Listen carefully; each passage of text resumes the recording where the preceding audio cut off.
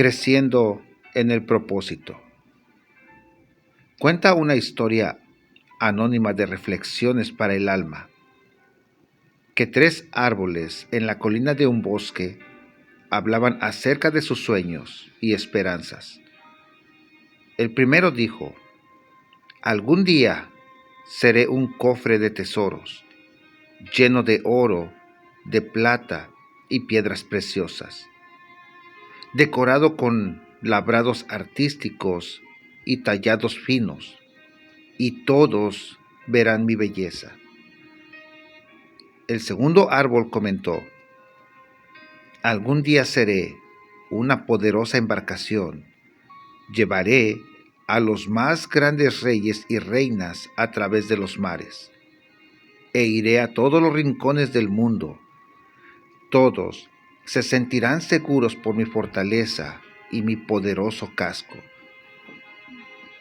Finalmente, el tercer árbol dijo: yo quiero crecer para ser el más recto y grande de todos los árboles del bosque. La gente me verá en la cima, mirará mis poderosas ramas y pensará en el Dios de los cielos y cuán cerca estoy de alcanzarlo. Seré el más grande de todos los tiempos y la gente siempre me recordará. Después de unos años, llegó un grupo de leñadores y cortaron los 3 árboles. Y ahora dejo esta historia en suspenso para retomarla al final. Desde niños tenemos sueños, algunos propios y otros inducidos por nuestros padres, por nuestros maestros o por nuestros abuelos. Sueños que crecen en nuestro interior y que tarde o temprano se convierten en frustraciones o en realizaciones. Como padres, marcamos un derrotero para que nuestros hijos alcancen metas y sueños y nos esforzamos en gran manera para que así suceda. A través de este mensaje, quiero presentarles a un niño modelo que creció con un propósito y que alcanzó ese propósito. Lucas capítulo 2, versículos 46 al 52 nos dice: y aconteció que 3 días después le hallaron en el templo, sentado en medio de los doctores de la ley, oyéndoles y preguntándoles. Y todos los que le oían se maravillaban de su inteligencia y de sus respuestas. Cuando vinieron, se sorprendieron, y le dijo a su madre: hijo, ¿por qué nos has hecho así? He aquí tu padre y yo hemos buscado con angustia. Entonces él les dijo: ¿por qué me buscabais? ¿No sabíais que en los negocios de mi padre me es necesario estar?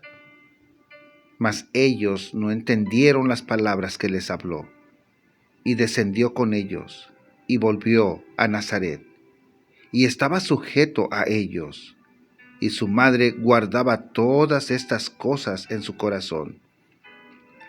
Y Jesús crecía en sabiduría y en estatura, y en gracia para con Dios y para con los hombres. Miremos el contexto de su niñez.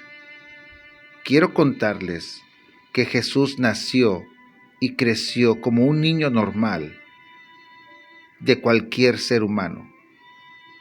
A los 8 días de nacido fue circundado, y 7 días más tarde fue presentado en el templo. Sus padres, José y María, ofrecieron un sacrificio en el templo ese día, que constaba de un par de tórtolas o 2 palominos, lo que nos enseña que Jesús nació y vivió en un hogar humilde y nada ostentoso. Algo interesante es que desde antes de su nacimiento Jesús impactaba a quien estuviese con él. A su primo Juan, de tan solo 6 meses de gestación. A los pastores de las ovejas cuando nació. A Simeón, quien estaba presente cuando se hizo la presentación del niño a los 15 días de nacido. A Ana, quien tuvo el gozo, y gracias a su constancia y disciplina, de verle antes de sus últimos días. Jesús creció en la sociedad. Cada año participaba con su familia de las fiestas religiosas. Aún cuando manifestó el deseo de trabajar en los negocios del Padre a la edad de 12 años, era un niño sujeto y respetuoso con sus padres terrenales. En la casa de Jesús, sus padres le enseñaron a orar antes de las comidas y debía lavarse las manos antes y después de comer. Algo interesante, a Jesús no lo regañaba la mamá por comer con la mano, sino que debía comer con la mano. Los orientales tienen el concepto de que ¿para qué comer con cubiertos si su Dios les ha dado tantos dedos en sus manos? Desde pequeño fue instruido por su madre en la palabra, puesto que eran las madres quienes hacían esa tarea. Pero a medida que se acercaban a la juventud, era el padre quien tomaba el liderazgo de la enseñanza o de instruirle. Y desde los 5 o 6 años ya debían asistir a la escuela de la sinagoga. A la edad de 12 años ya debían recitar el Shema, que era el resumen de 3 pasajes del Pentateuco. Es muy poco lo que la Biblia literalmente dice de Jesús. Esta información está reflejada en muchos capítulos y versículos que dejan ver la costumbre de crianza de las tierras bíblicas que no fue ajena a Jesús. Lo que nos deja ver este modelo de crianza es que para que se cumpla el propósito en la vida de una persona, ésta debe caminar en el mismo. Debe haber una instrucción, una guía, un mentor. Jesús no fue niño de los que se paraban de cabeza y hacían lo que se les dé la gana. El sistema de crianza de Jesús tenía un propósito y por esto imperó la disciplina, el respeto, amor y la sujeción a la autoridad. ¿Y cuál era ese propósito de Jesús? Bueno, luego de este pasaje de escasa información de su infancia, se nos presenta en Mateo capítulo 3 un escenario de 30 años después, donde Juan el Bautista, de quien se habla muy bien y también se habla muy poco, dice: yo a la verdad os bautizo en agua para arrepentimiento, pero el que viene tras mí, cuyo calzado yo no soy digno de llevar, es más poderoso que yo. Él os bautizará en Espíritu Santo y fuego. Su propósito era el de revelarse como el Mesías, el Salvador, el Redentor por medio del arrepentimiento de los hombres. Y en ese proceso nos presenta la palabra en el comienzo de su ministerio, algo realmente extraordinario. Juan el Bautista no hizo como los predicadores eruditos. No soltó la revelación al final, la soltó desde el comienzo. Desde el comienzo, él fue muy claro revelando su propósito. Mateo capítulo 3 versículo 12 nos dice: su aventador está en su mano, y limpiará su era, y recogerá su trigo en el granero, y quemará la paja en fuego, que nunca se apagará. Juan el Bautista anunció que Jesús daría la vida por su trigo, que vendría para limpiar la era de la maldad con su aventador. Anunció que nosotros, el trigo, seríamos útiles en su mano, que vendría para llevarnos a su granero, para almacenarnos, para protegernos y usarnos cuando le fuese necesario. Vendría para quitar la maleza y arrojarla al fuego eterno. Pero esta limpieza y selección será sobre aquellos que decidan bautizarse, no solo de hecho. Este texto nos deja ver que es más poderoso el acto hacia el que es bautizado, el que cambia su esencia en Espíritu Santo y fuego, el que hace el acto de arrepentirse sin dejar de ser necesario. ¿Saben por qué? Porque el que se arrepiente es el ser humano, pero día a día vuelve y cae en su propia miseria. Pero cuando Cristo, el poderoso, viene y te bautiza en Espíritu Santo y fuego, ya no vuelves a ser el mismo, quedas teñido, sumergido, anegado, quedas transformado. Lo que había malo es apartado de ti, quemado, despojado, y te hace libre. No hubo sensacionalismo en el discurso de Juan.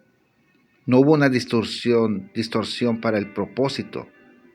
No vino a hacer sentir bien a las personas.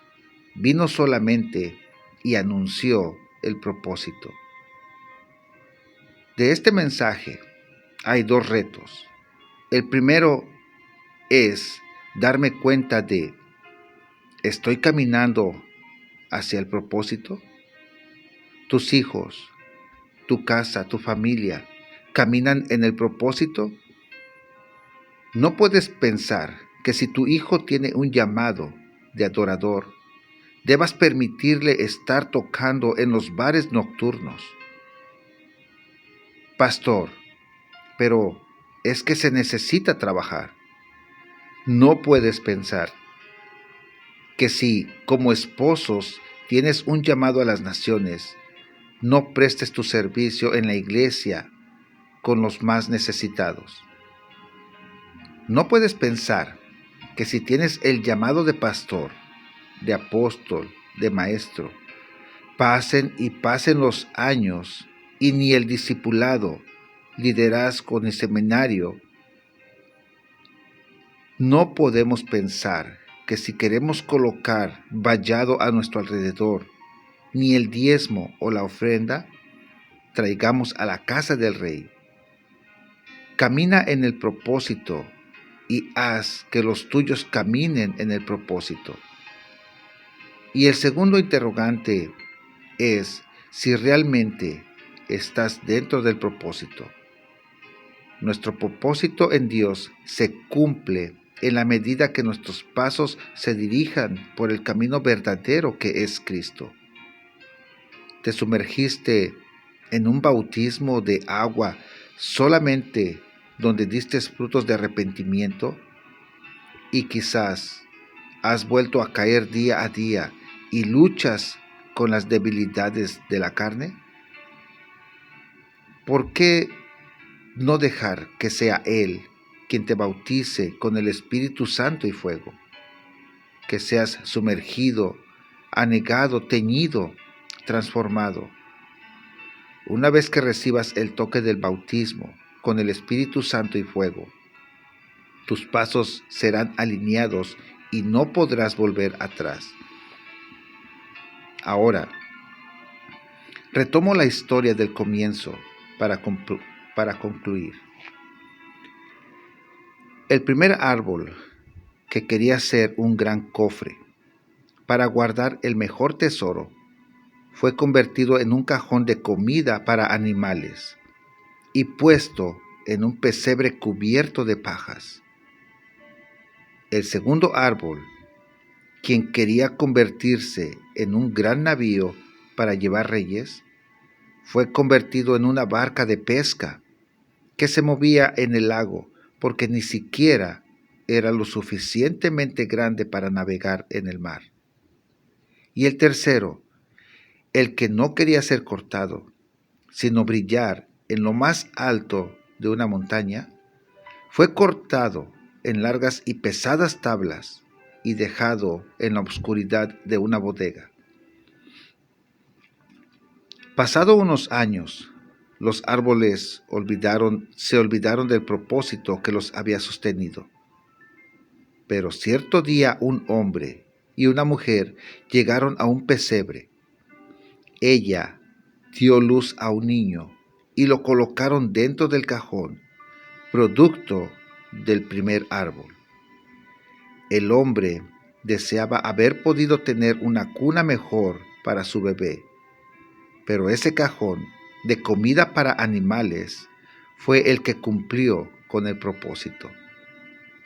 El árbol sintió la importancia de ese acontecimiento y supo que en su interior atesoraba el tesoro más grande de la historia.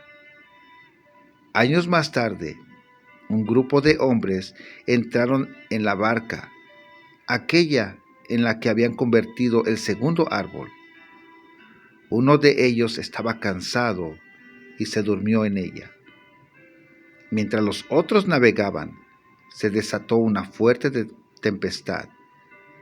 El árbol pensó que no sería lo suficientemente fuerte para salvar la vida de la tribulación. Despertando, ese hombre que dormía reprendió al viento y a las olas, que cesaron al instante. En ese momento, el segundo árbol se dio cuenta de que estaba llevando al Rey de Reyes y Señor de Señores. Tiempo después, alguien vino y tomó al tercer árbol convertido en tablas. Fue cargado por las calles al mismo tiempo que la gente escupía, insultaba y golpeaba al hombre que lo llevaba sobre sus espaldas. Se detuvieron en una pequeña colina, donde fue clavado y levantado hasta morir. Se dio cuenta que fue lo suficientemente fuerte para permanecer erguido en la cima de la colina y estar tan cerca de Dios como nunca, porque su Hijo Jesús había sido crucificado en él. Ajusta el rumbo de tu propósito, de tus hijos, de tu familia, con la disciplina, con el respeto, el amor y sujeción. Mantente en el propósito de los planes de Dios, porque siempre son más grandes que los nuestros.